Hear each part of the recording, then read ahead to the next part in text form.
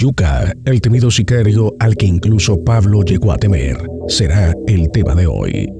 Nos referimos a Rubén Londoño, reconocido en La Estrella. La Yuca desempeñaba labores como pistolero, además de fungir como guardaespaldas, acompañando al patrón en sus viajes a otros países junto a otras figuras conocidas como Otto, Pinina, Mugre y el Negro Pavón. Alonso Salazar, en su libro La parábola de Pablo, este municipio fue uno de los lugares fundamentales para el surgimiento del cartel de Medellín. Aunque Escobar mismo era de Envigado, varios de sus hombres provenían de La Estrella. La Yuca desarrolló una adicción a las drogas, específicamente al bazuco, lo cual afectó su capacidad de juicio y razonamiento. Bazuco, una forma de crack criollo en la que se había vuelto excesivamente aficionado, influyendo en su carácter. Inmerso en la locura y armado con una pistola, buscaba venganza, eliminando a cualquiera que lo hubiera humillado o maltratado durante su infancia. Rubén, conocido como La Yuca, proveniente de una familia modesta, descubrió en el acto de matar una manera de enriquecerse. En su avance, gracias al respaldo del grupo político Renovación Liberal, logró convertirse en un concejal honorable del municipio. En cierta ocasión, Pablo se encontró con este individuo llamado Pablo Correa, quien era un influyente y próspero narcotraficante del cartel de Medellín y gozaba de una gran confianza por parte de Escobar. En una reunión, Correa presentó una solicitud para eliminar a alguien llamado Frank Gutiérrez. A pesar de los intentos del jefe por persuadir a Correa de que abandonara la idea y resolviera sus diferencias de manera pacífica, finalmente se optó por ponerle fin a la vida de Gutiérrez. Para llevar a cabo esta tarea, recorrió a La Yuca. Le ofreció una compensación de 100 millones de pesos. Sin embargo, antes de concretar el asesinato de Gutiérrez, bajo las instrucciones del jefe, Rubén tenía la tarea de arrojar un ataúd desde un helicóptero sobre la finca de Gutiérrez, situada en el balneario de San Jerónimo. Este acto se interpretaba como una señal de que su muerte era inminente. Sin embargo, sorprendentemente, 10 días después, Gutiérrez fue objeto de un tiroteo en un restaurante mientras almorzaba. A pesar de todas las expectativas en contra, logró sobrevivir y fue trasladado de inmediato a un centro médico donde le salvaron la vida. Pablo y La Yuca se encontraron para evaluar la situación, conscientes de que no podían permitir que Gutiérrez continuara con vida. El dilema residía en que la clínica donde Frank fue rescatado también atendía a heridos policiales, lo que implicaba la presencia constante de las autoridades. Además, los guardaespaldas de Gutiérrez estaban vigilantes para proteger su vida ante cualquier nuevo intento de ataque. Al día siguiente, Pablo y sus secuaces robaron un automóvil y lo alteraron para que se asemejara a una patrulla policial. Luego, se infiltraron disfrazados como agentes heridos. Después de engañar a los guardaespaldas, llevaron a cabo la eliminación de Frank. Existen dos versiones sobre cómo llevaron a cabo el asesinato. Una indica que fue mediante disparos de una pistola con silenciador, mientras que la otra asegura que le dispararon más de 70 veces con una ametralladora. La Yuca empezó a generar tensiones sobre los demás integrantes del cartel debido a su creciente poder y riqueza. A diferencia de otros sicarios de Pablo, él se quejaba constantemente. Finalmente, La Yuca se enteró de que a Frank Gutiérrez le habían subido su nivel. En ese momento, Escobar ya era un veterano en el mundo del crimen y muchos reconocían su poder. La ambición de La Yuca los llevaba a jugar con fuego. De manera explícita, La Yuca afirmó que la solución no radica en vencer y eliminar a otro. La noción de que debía eliminar al individuo que acabó con la vida de mi padre no era heroica ni resolvía los conflictos, más bien los profundizaba. El deseo de aniquilar toda posibilidad de reconciliación no nos hace más justos. Para mí, tiene más sentido aprender a convivir con el otro, incluso con el perpetrador, en una coexistencia que implica la demanda de justicia y reconciliación. A aquellos que cometieron los actos se les debe exigir la verdad y la reparación, y también se les debe juzgar, comprendiendo con empatías las circunstancias en las que llevaron a cabo sus acciones. A ellos se les perdona, pero se les demanda un cambio. Pablo comenzó a sentirse inquieto por la actitud de La Yuca, siendo consciente de que era un individuo belicoso y violento, comparable a El Chopo. Un sicario del cartel de Escobar llamó a este último y le reveló que Escobar se sentía amenazado por él. Había pasado varias noches sin dormir y llevaba armas constantemente, temiendo que La Yuca pudiera eliminarlo en cualquier momento inesperado. El Chopo también albergaba ciertas desconfianzas hacia La Yuca, por lo que aceptó de buena gana. Antes de continuar con la narrativa sobre La Yuca, resulta relevante ofrecer algunos detalles sobre El Chopo. Se pensaba que era el más agresivo y estaba vinculado al servicio de Escobar. poseía una naturaleza ardiente y era intrínsecamente amargado, siendo extremadamente difícil de Escobar. Quizás porque desde su infancia estuvo inmerso en un entorno de violencia, maltrato y dolor. Mario Alberto no vacilaba en amenazar y eliminar a aquellos que se mofaban de él, sin considerar las posibles consecuencias de sus acciones. Por ejemplo, llegó al extremo de dispararle en la pierna a su esposa porque en un descuido atropellaron a su hijo mayor. Además, solía golpearla y maltratarla con frecuencia, pero no permitía que ella tuviera otras parejas. Si lo hacía, él se encargaba de eliminar a dichos pretendientes, aunque en algún momento fue conocido como el tartamudo debido a su dificultad para hablar fluidamente. Este apodo fue puesto por Pablo Escobar, quien lo llamaba El Chopo, en referencia a un arma utilizada en las comunas de Medellín. Escobar no le designó como el rey de los bandidos, pero reconocía que era el líder militar más eficaz que tenía después de Vinina. Escobar advertía con cautela sobre el Chopo cuando su tartamudez se intensificaba, ya que solía expresarse con su pistola cuando las palabras se le trababan al hablar. Era un individuo sumamente temerario y peligroso. John Jairo Velázquez Vázquez, autodenominado general de la mafia, describía al Chopo de la siguiente manera: un hombre carente de educación que consumía numerosas drogas en discotecas y que mataba a personas sin dudarlo. Incluso llegó a quitarle la vida a un joven simplemente porque le mostró una pistola que había adquirido. Su violencia era rápida y desmesurada, al punto de que su mirada transmitía una maldad evidente. El Chopo, tras la caída de José Gonzalo Rodríguez Gacha, alias el Mexicano, asumió el control militar del cartel bajo la ley del miedo. Se decía que si alguien lo delataba de alguna manera, su venganza alcanzaba a padres, hijos, hermanos y a todo aquel cercano.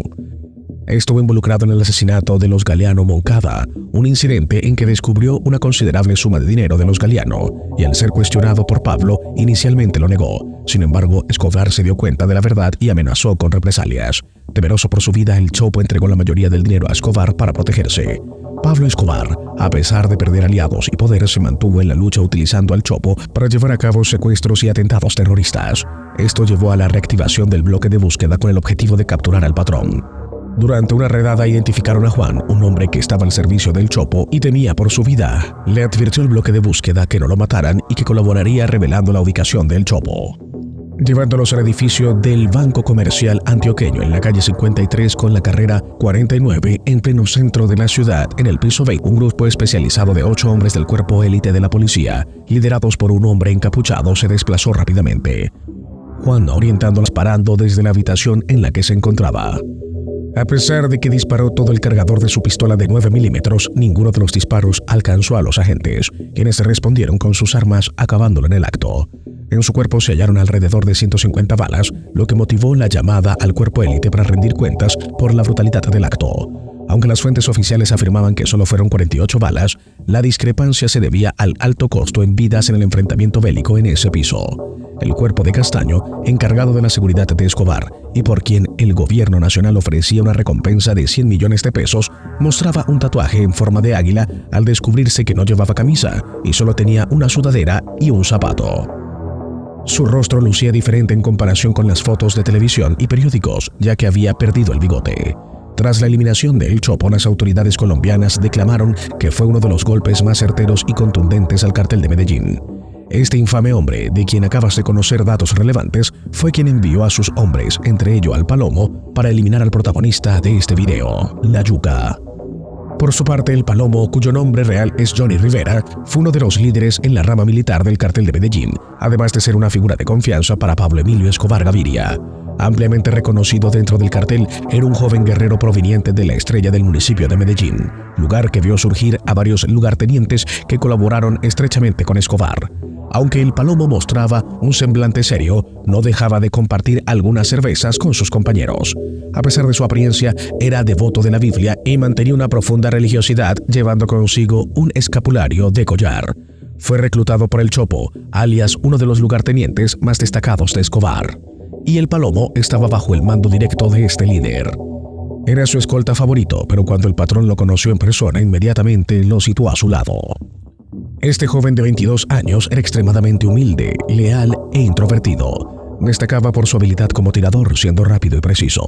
Aunque su único vicio era la marihuana, entregaba por completo su vida al cartel Popeye. En 1989 fue arrestado en el municipio de Caldas, Antioquia, durante un operativo en el que iba acompañado de varias personas vinculadas al cartel. El operativo resultó fallido y fueron sorprendidos por la policía. Al percatarse de la situación, el patrón envió a Pirina para rescatarlos antes de que los trasladaran a la cárcel Bellavista.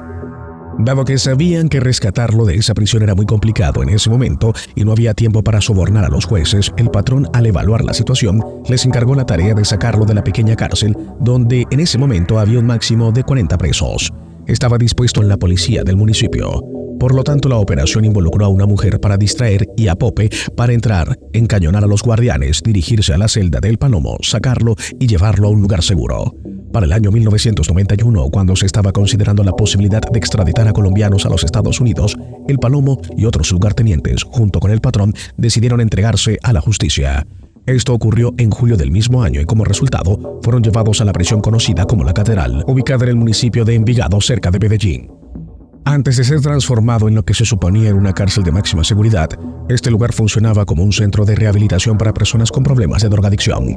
Pablo Escobar estuvo en La Catedral, que inicialmente se proporcionó como una prisión de máxima seguridad, pero luego se destacó por sus comodidades de lujo. Esta situación se mantuvo hasta el 22 de julio de 1992. La escapada se inició cuando el presidente César Gaviria dio la orden de enviar un equipo militar al centro penitenciario con el fin de trasladar a los reclusos a una prisión militar. Antes de emprender la fuga de la Catedral, el Palomo estuvo implicado en el secuestro del viceministro de Justicia de la época, Eduardo Mendoza, y participó en el secuestro del director de prisiones, el coronel Rubio, quien siempre llevaba consigo, optó por una vía diferente y fue localizado al sur de Antioquia, donde poseía distintas propiedades, especialmente fincas de veraneo. Sin embargo, en esta ocasión escapó hacia Manizales, más tarde regresó a Medellín.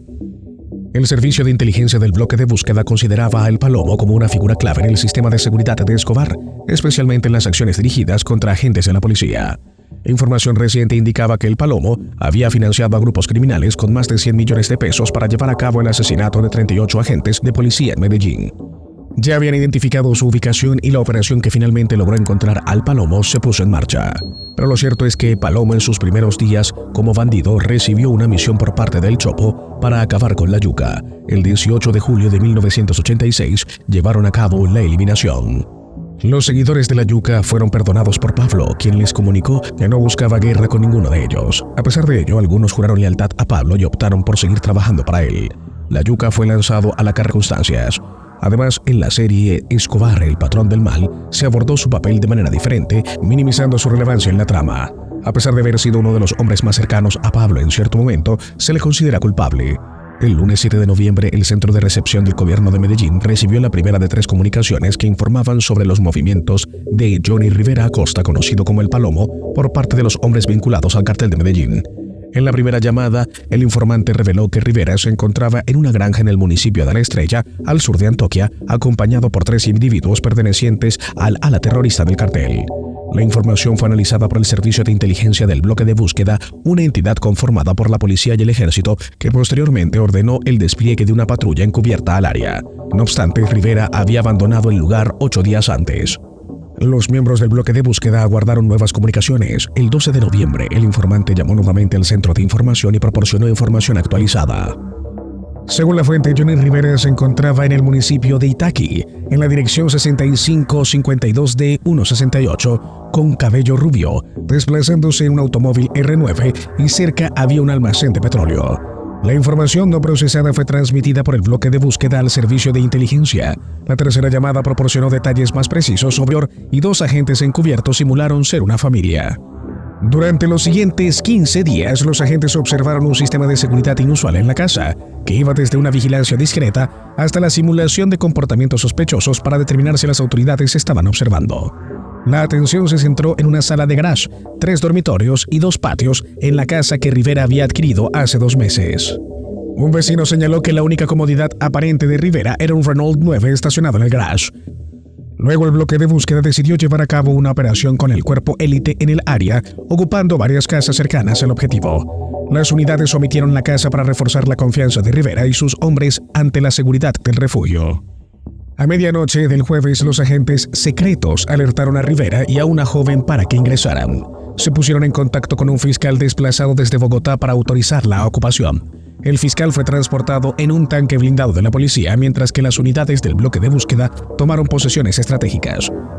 Al percatarse de la operación, los guardaespaldas de Rivera reaccionaron desencadenando un prolongado intercambio de disparos. El fiscal para la vigilancia de la Policía Nacional, Guillermo Villa Alzate, que se encontraba en Medellín, describió la operación como perfecta. A las 2 de la madrugada, una expresiva ráfaga de disparos confirmó la neutralización del Palomo. Un residente del área compartió su experiencia. Hermano, todo estaba muy tranquilo hasta la 1:30 de la mañana. Casi me desmayo cuando vi a un hombre con uniforme oscuro, capucha y un rifle en la esquina. Me dijo, tranquilo, vigilante, hoy ya no silbas. En segundos el vecindario se llenó de encapuchados. La operación sorpresa resultó en la muerte de los guardaespaldas que intentaron escapar disparando contra los soldados, según datos de la oficina de Medellín. En las primeras horas, la policía y el ejército llevaron a cabo una extensa operación por tierra con aproximadamente 200 hombres respaldados por helicópteros artillados de la Fuerza Élite y 2 carrotanques. Cuando los agentes llegaron a la residencia en el barrio Calatrava, acompañados por un fiscal especial, detonaron un petardo en la puerta y fueron recibidos con disparos que hirieron a uno de los uniformados. Entre las primeras personas en fallecer se encontraba Carlos Mario Manrique, responsable de la vigilancia externa de la vivienda, quien estaba posicionado en el techo. Y abrieron fuego contra los uniformados. Al término de un intenso enfrentamiento a tiros en el patio interior de la casa, resultaron muertos el Palomo y Jairo Alonso Carvajal Rey, el otro guardaespaldas, cuando intentaban escapar por la parte trasera de la residencia. Además, fueron aprehendidos por Iván Acevedo Gutiérrez, de 22 años, y una mujer que, según se menciona, sería la hermana de Jorge Eduardo Avendaño Arango, alias Tato, uno de los guardaespaldas importantes del cártel de Medellín, quien tras fugarse de la catedral se sometió nuevamente a la justicia. La joven de apenas guía judicial Guillermo Villa Alzate, quien le entregó a su familia. En la resistencia se encontró una cédula a nombre de Juan Mauricio Mejía, documento en el que el Palomo se identificaba.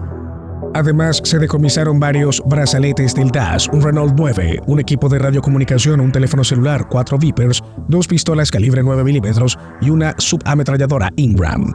Algunos miembros del bloque de búsqueda afirmaron que el Palomo era conocido dentro de la organización como un francotirador experto, razón por la cual la acción requería la participación de alrededor de 200 hombres.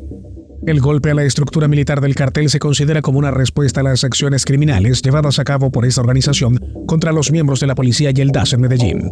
Representantes del bloque de búsqueda indicaron que la baja de El Palomo se lograba neutralizar y aterrorizar al cartel. Su fallecimiento se suma a uno de John Jairo Arias, David Ricardo Prisco Lopera y Tyson. El cuerpo del Palomo fue reclamado en el anfiteatro de Itagüí por 2 de sus hermanas, quienes vivían con toda la familia en el barrio de La Ferreira del municipio La Estrella. El mundo del narcotráfico es un universo complejo y oscuro que ha dejado una huella indeleble en la sociedad y la historia de varias regiones. Los problemas asociados con este fenómeno son abundantes y van más allá de la simple comercialización de drogas. Se extienden hacia la violencia, la corrupción y la desestabilización social. Uno de los aspectos más notorios es la constante amenaza de ajustes de cuentas. En este entorno, donde las lealtades son frágiles y las traiciones comunes, los ajustes de cuentas se vuelven moneda corriente. Las jerarquías son fluidas y a menudo efímeras, ya que el poder se sostiene con violencia y la lealtad puede cambiar por conveniencia. Este ambiente tenso y volátil crea un escenario donde las venganzas son moneda común, alimentando un ciclo destructivo que parece no tener fin. Las estructuras jerárquicas en el narcotráfico suelen ser versátiles y autoritarias, pero también susceptibles a fracturas internas.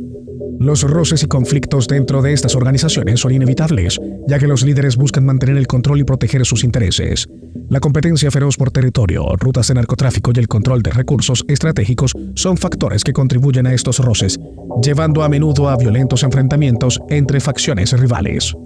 Las venganzas, por otro lado, se han convertido en una característica trágica y persistente de este submundo. Las afrentas reales o percibidas no son olvidadas fácilmente y las respuestas suelen ser desproporcionadas y brutales.